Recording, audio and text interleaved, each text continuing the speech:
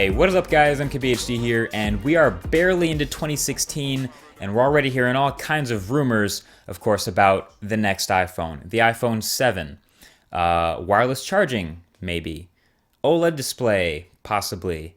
Waterproof technology, maybe. No headphone jack.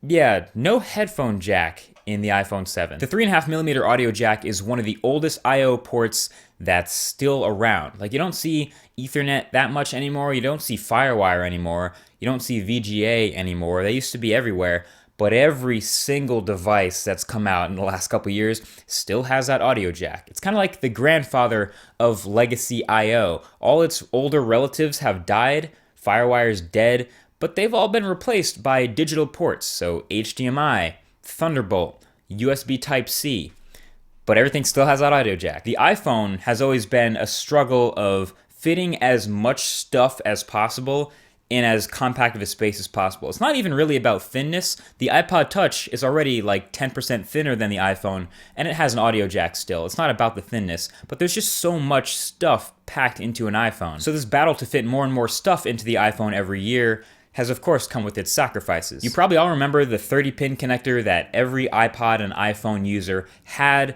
Eventually Apple just decided it's too big. We want to fit more stuff in the iPhone, so they switched to the way smaller Thunderbolt cable to replace it. It makes sense for Apple, but that, in typical Apple fashion, screws over everyone who was using their previous stuff. So now your docks don't work, your battery cases don't work, your chargers don't work, all those accessories that plugged into 30-pin don't work anymore. But that was just the sacrifice Apple was willing to make to fit more stuff. Now you might not ever consider getting rid of the 3.5mm audio jack. It's kind of a staple, everything is fine with it. But when you consider how much space it actually takes up inside the chassis, it actually takes up a lot, and it's a big port, so at that level, a couple of millimeters can be pretty important. So Apple's logical solution seems to point to iPhone 7, just get rid of the audio jack. And if you still want to plug in headphones, you have to do that through the Lightning port. Now, okay, this seems insane because it kind of is, but at least we can understand it a little from Apple's perspective. And also, there's also like tiny advantages to using Lightning for audio because it's a digital port. So Apple could toss in some little software features here and there into the OS. You could have minor things like your music app opening the second you plug your headphones in.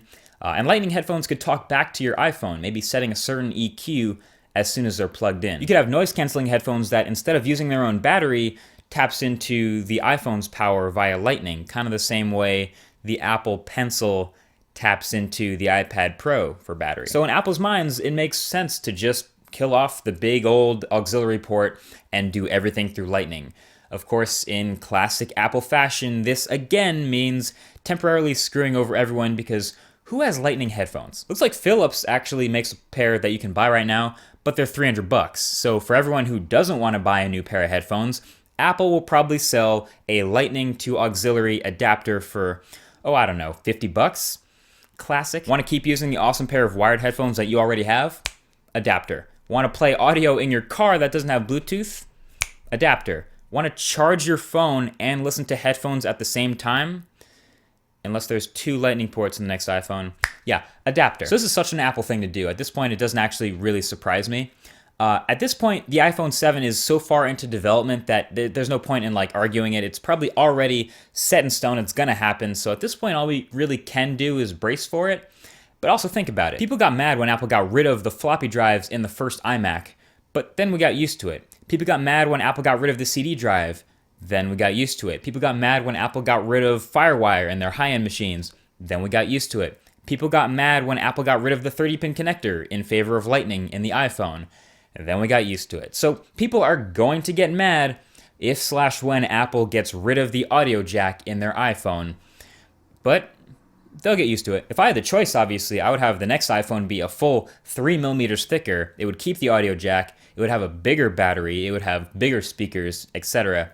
But, you know, that's not up to me. And I'm not the only one who thinks this, too. Plenty of people have had this idea, but there's been this trend going towards thinner phones, and that's just the way Apple does things. It's just kind of funny that the company that brought us the iPod might be the first to get rid of the audio jack. Something to think about.